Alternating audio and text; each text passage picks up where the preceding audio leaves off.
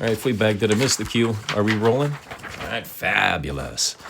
No, I was just checking out my March Madness ballot, making sure my bracket is filled out correctly. To the best of my ability, to the best of my knowledge. Hey, you know what? It's the last day of winter, my fiends. Last day. That means we can remove our socks from our feet and go barefooting. From Hollywood, it's the world-famous Mojo Elliott with another action-packed adventure of the Rat's Ass Podcast. Thanks for being here. Yeah, it's exciting to always see the last day of winter come. Here in Southern California, it means our temps are going to move up to the 60s, upper 60s, low 80s. And for the next 3 months, we probably won't have any rain whatsoever, so we can go have fun in the sun. We just have to watch out for the damn earthquakes. I read a stat yesterday, and it showed that we've had 37 in 30 days of 1.5 or greater. Now, you don't feel them unless they hit 3. Okay, so there's a lot of activity that you don't feel. We did have one on Sunday that I guessed was a 4-1, but it came out as a 3-9, so I was off a couple of points. Here in Malibu, I live right on the border, so if Malibu burns or feels an earthquake, I feel it here in the Santa Monica Mountains. But it was a nice jolt. It was just kind of like a boom, like maybe a car hit the side of your house. All right, welcome back to Earth. Sonny Williams and Butch Wilmore, the astronauts the Biden administration left stranded in space for 9 months. They were going for 8 days, ended up in 9 months. It's kind of like Gilligan's Island. They went on a 3-hour tour and ended up stranded on an island. So it was kind of like that. But it took Elon Musk firing up a SpaceX rocket and a crew to go fetch them. So thanks to Elon Musk and the SpaceX team for having Sonny and Butch's back and their front. By the way, you can go on X and look for SpaceX, search it, and you can watch the splashdown. It's very exciting to listen to the commentary. The 2 ladies who did it were outstanding. And they were talking about this egg-shaped capsule that 4 astronauts were in. As they're coming from the space station to Earth, it's going 17,000 miles an hour. Can you imagine the G-force and the fun with that? And by the time the chutes deploy, it slows the capsule down to 16 miles an hour before splashdown. Stuff's very exciting. It's very interesting to me. But they're home. Welcome home to Sonny and Butch. And I bet you they don't go back again. They're like, we'll pass. All right, did you see where the price of eggs has dropped again? Yeah, it's coming down. On February 28th, the national average was $8.05 a dozen. The Democrats' hair was on fire, and they said, Trump said the prices would come down on day one. Well, okay. As of March 18th, the national average is down to $3.45. That's a drop of $4.60 for those of you who failed Math 101. Gas prices are coming down. Some places are under $3 a gallon, some a little over $3. Here in California, we're keeping the gas pumping, though. We're at $4.65 to $5.15 a gallon. We get punished because we have Democrats in charge here. So, the egg prices are coming down. Gas prices are coming down. So my question is, what are the Democrats going to piss and moan about next? They broke it. Trump is fixing it. So I'm saying, guys, how about a little more patience and a little less hair on fire from here on out? Enough with the Democratic dipshittery. You keep trying to get Trump. Get Trump. Haven't you learned yet? You're not going to get Trump. You're not going to do it. You just make fools of yourself. So maybe come up with some ideas of your own and create and basically got to rebuild your party. I mean, the Democratic polls give you an average of a 28% approval rating, the lowest in over 30 years. The Republican polls show you're under 20%. You got some work to do, folks, so a little less hair on fire, maybe some ideas. All right, check out these pathetic proficiency scores in Illinois that were released this morning. 39.4% pass in reading, 27.9% pass in math. That's pathetic. That is so pathetic. It's no wonder Illinois is such a screwed up state. This is also why the Department of Education and the teachers' unions need to go.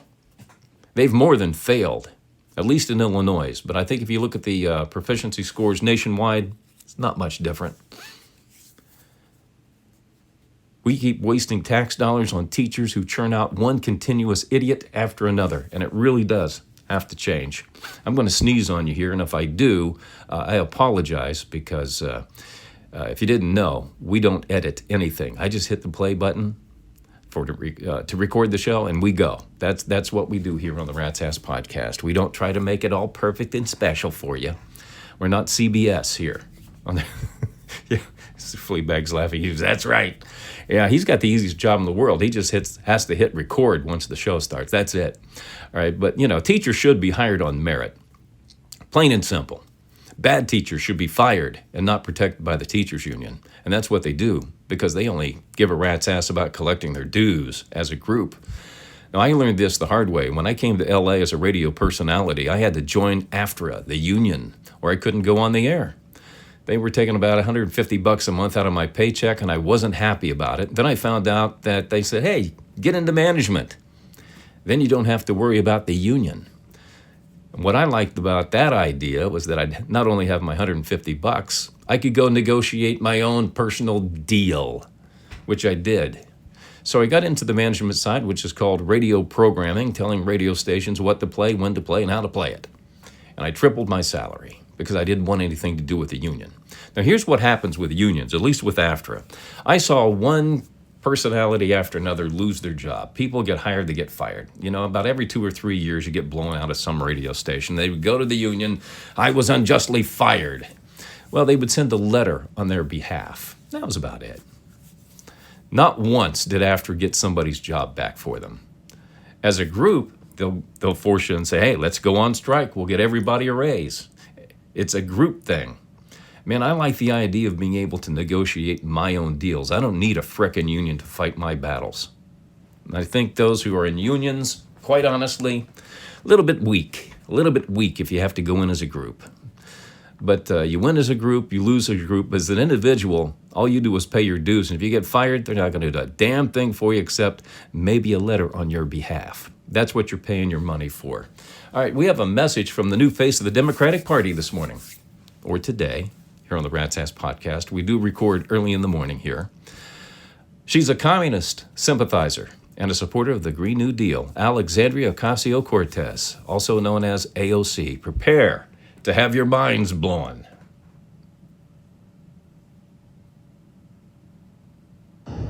Hey everyone, I'm just popping on. And, to be honest, I'm not even sure why I'm popping on right now. Hey everybody. Brilliant. Alexandria Ocasio-Cortez, just wasting time, getting on social media, don't know why I'm here. AOC, she's an airhead on crack, that's all I'm going to say. I was looking for something to stream over the weekend, and it occurred to me that it has been a long time since we've had a really good rom-com. The last ones I can recall seeing was Bridesmaids and Horrible Bosses, but both of those were released, would you believe, in 2011? Yeah, it's been 14 years already. Now, I could be wrong, but it seems like the woke DEI culture killed the rom-com, because everyone in the woke culture was so offended by every damn thing that Hollywood was also helping the Democrats push this woke culture. So I think that's what stopped making them. Because it never made sense to me why a movie like Bridesmaids made over $324 million worldwide and we never got a sequel. $324 million, oh, we're getting a sequel. But for whatever reason, they decided not to remake that show. Now, I know Horrible Bosses did a remake. I think that was done in 2014.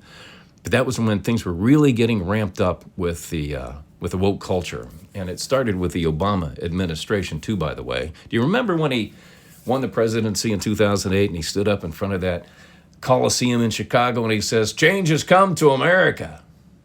That's what he was talking about. Everybody cheered and clapped and, oh, yeah, change is coming to America. Well, the change was wokeness. And now it's dead. The DEI is DOA, baby. But if you do want to see my list of top 10 rom-coms, I did list them for you on the ratsasspodcast.com website. You can go check that out on the blog. All right, it's time to play some head trauma. Today's round is I start it, you finish it. 63% of women say they've had at least one of these during their lifetime.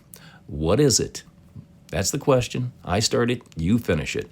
63% of women say they've had at least one of these in their lifetime. What is it? I'll have the answer for you coming up later on the podcast. All right, are you ready for some loose behavior? Sure you are. It's midweek. You got to have something to get you started heading downhill to the weekend. All right, here's what's happening in the Rat's Ass Podcast X feed. Puddin'. posted this one. Little Puddin'. Where is the strangest place you've ever had sex? Yeah, we wanted to do a little more outrageous and salacious. Fleabag assured me today, oh, you're getting outrageous and salacious today, which means we're going to talk about a lot of sex today. All right, Bobby Greenblatt, B-O-B-B-I, which means it's a gal, said, this might not seem strange to most people, but when I was 15, I did it with my boyfriend in my grandparents' bed. As I've gotten older, it's creeping me out. Yeah, I think you do. When you realize that there was gray-haired sex happening in that bed, as your grandparents, you got you get that picture in your head of your granddad bending her over a pillow going, who's your daddy? Who's your daddy? Yeah, it would creep you out. All right, Roger Dodger said, in a lighthouse off Lake Huron in Michigan in the dead of winter. You talk about having numb nuts. And I'm like, yeah, I know about the Coke bottles slapping together or the beer bottles. Clack, clack, clack, clack, clack. That's what it sounds like, right? Something like that. Carmen Miller said, in a sleeper cabin of a tractor trailer at a rest stop near Lake Tahoe. Not really that strange. I think that one falls under the category, we just need a place. How about the cabin of the tractor trailer? Sure, let's get it on. And if you're a regular listener to the podcast, then you know I had a thing for graveyards once upon a time. Yeah, nobody's looking for you there. No, trust me, it's a good place to go hide and have a little who's your daddy action. All right, let's get into today's celebrity cheese. Gwyneth Paltrow, 52 years old, says she's going to be having a lot of sex on screen in her next movie with 29-year-old Timothy Chalamet. A 52-year-old woman and a 29-year-old going on 17 boy toy.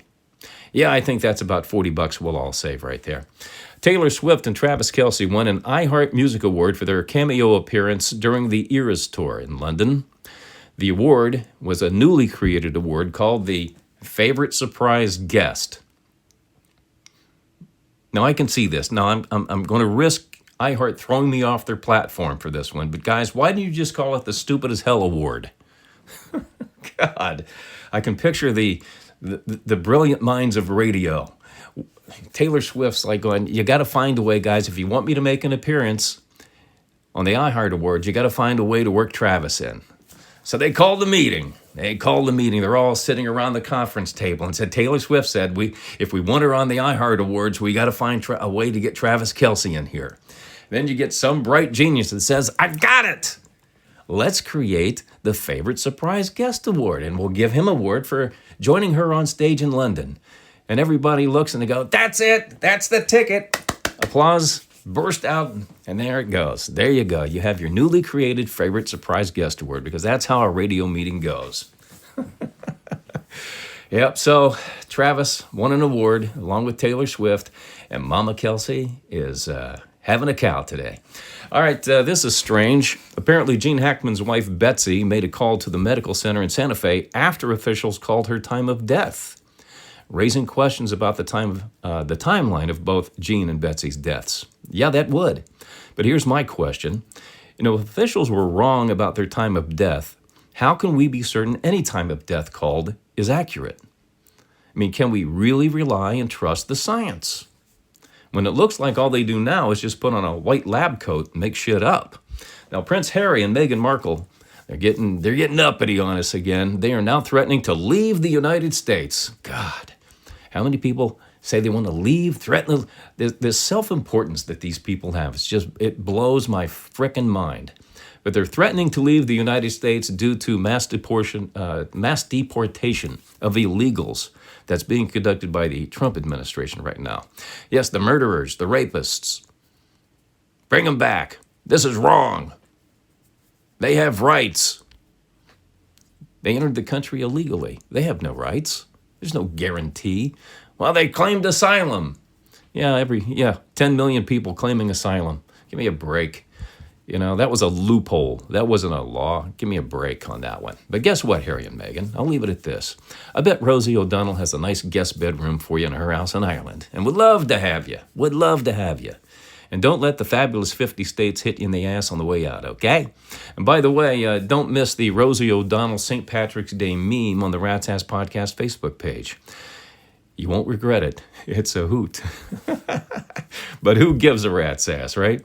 All right, the wait is over. Here comes your Rat's Ass podcast. Email from our Gmail. This is where you email your questions, comments, and observations to me at ratsasspodcast@gmail.com, and I respond to them here on the podcast. No topic is off the table, and the more outrageous and salacious, the better. And that means lots of sex. No, we like drama. We want relationship drama, personal drama, things you're having problems with. We like that. We'll answer anything.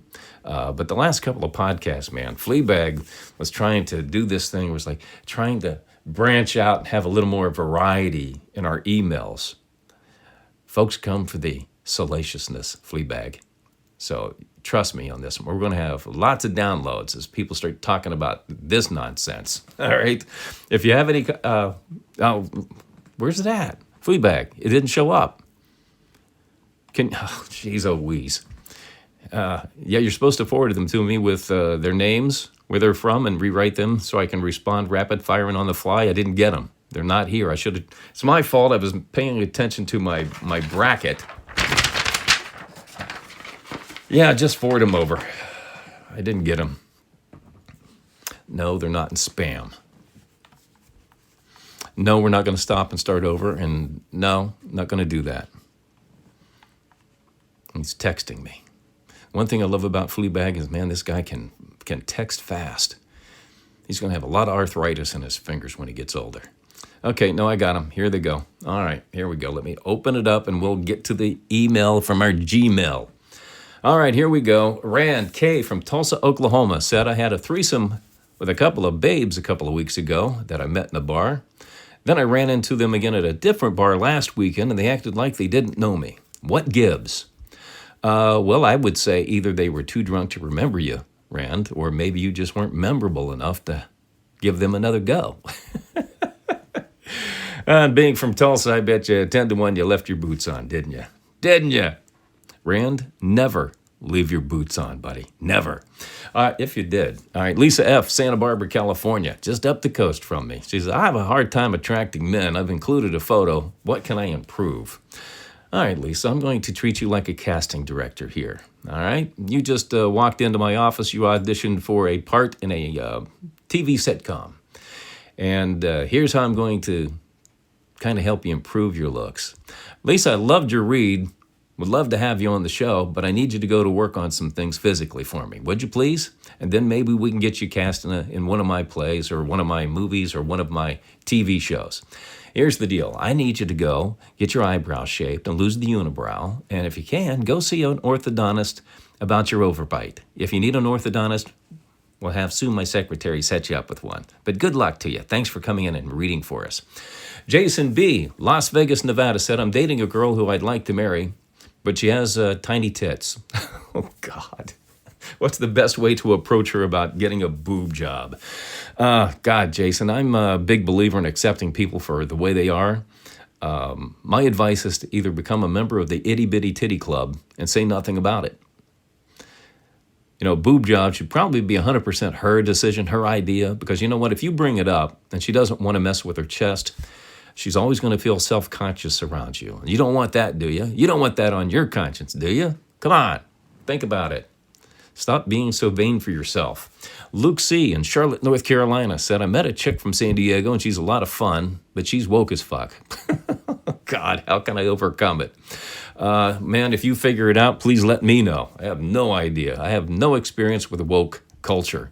I just know that they've got a bone in their nose with collared hair, and they'll go the other way. It's not going to end well. My advice would be to stick with those sweet Southern girls from the Carolinas if I were you. Laura D. from the Cayman Islands says, I want to hear your perspective on this one. Why are men so infatuated with a woman's derriere? Well, I'm not sure about the derriere, but I do know men are infatuated with women's asses. And it's got to be the shape.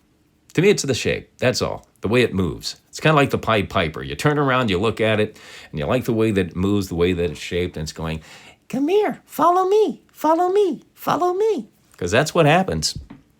But if you think about it, when you think about what comes out of the ass, you could tattoo a toxic dump warning tramp stamp and be polite, and you'd be correct, right? Now, myself, I'm a member of the Tight Butts Drive Me Nuts Club, not the more the cushion, more the pushing club. but I have a feeling that's probably why men are infatuated with it. All right, Banjo P from Melbourne, Australia said, "Hey, mate, what is the best way to attract an American woman vacationing in Australia?" Well, I can tell you this, Banjo. American girls like guys who make them laugh. So in your case, I would approach and say, "Hello, my name's Banjo. Banjo, Banjo, Banjo, and Banjo is my name." Oh, you're going to get laid a lot if you do that one. All right, let's get into your head trauma. Today's round is I start it, you finish it. All right, the question is, 63% of women say they've had at least one of these experiences in their lifetime. What is it? The answer, a lesbian experience. 63% polled. 63. I don't know what the age group was on this, but I have a feeling it's probably millennials on down. But 63% say, 6, almost 7 out of 10 women say they have had at least one lesbian experience in their lifetime. All right, if you missed it, go see a doctor about your head trauma and get well soon. I got to go return a rent-a-rooster. Since the price of eggs is coming down, I don't have a need for them anymore. No more mating. But I do have one more thing for you. I saw this video on Reels of a dolphin trying to hump a chick on a boat dock, and I thought it was fake. So I researched it.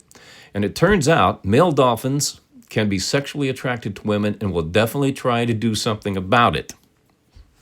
I'm not going to apologize for this one.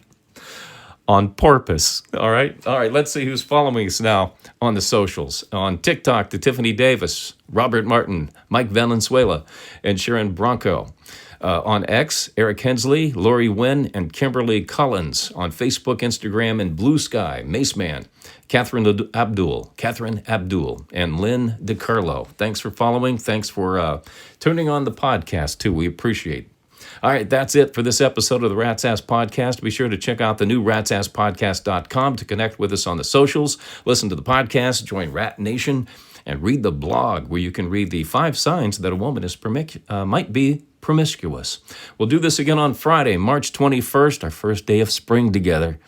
Oh, it's going to be special. Take care of each other, and thanks for dropping by the Rat's Ass Podcast.